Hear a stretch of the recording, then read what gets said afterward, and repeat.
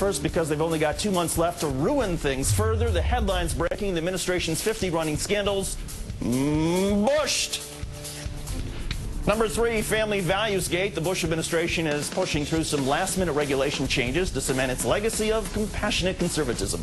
On Tuesday, the Federal Motor Carrier Safety Administration finalized a new rule that lets trucking companies have their drivers on the road in the driver's seat for 11 hours at a time. So much for their families. For the change, trucking companies in the White House. Against the change, the Teamsters, consumer groups, and safety advocates.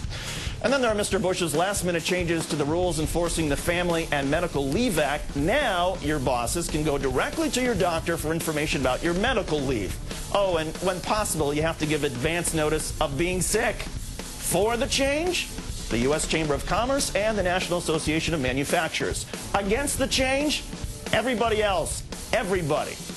Number 2, Gitmo-Gate. In June, the U.S. Supreme Court ruled that the 250 or so detainees held at Guantanamo Bay without the due process of law guaranteed on U.S. soil by the U.S. Constitution can challenge their detentions in court. Yesterday, the first group of detainees to do so got their day in court. The 6 men have been in captivity since 2001, 7 years. They were Algerians arrested by Bosnia in Bosnia, then transferred to Gitmo. The Bush administration claimed they wanted to blow up the U.S. Embassy in Bosnia. Then the Bush administration said, no, that wasn't true, but claimed the men were planning to go to Afghanistan to fight the United States. Yesterday, Judge Richard Leon, a Bush appointee, told the U.S. military to release all but one of the men.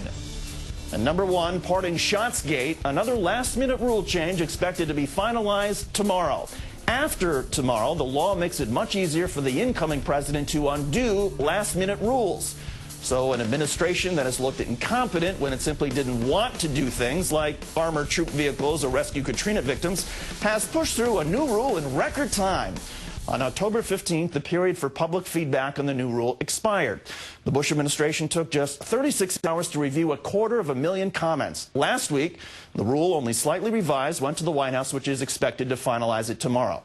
Oh, and the rule? It strips away the ability of government scientists to stop construction projects that are threatening endangered species.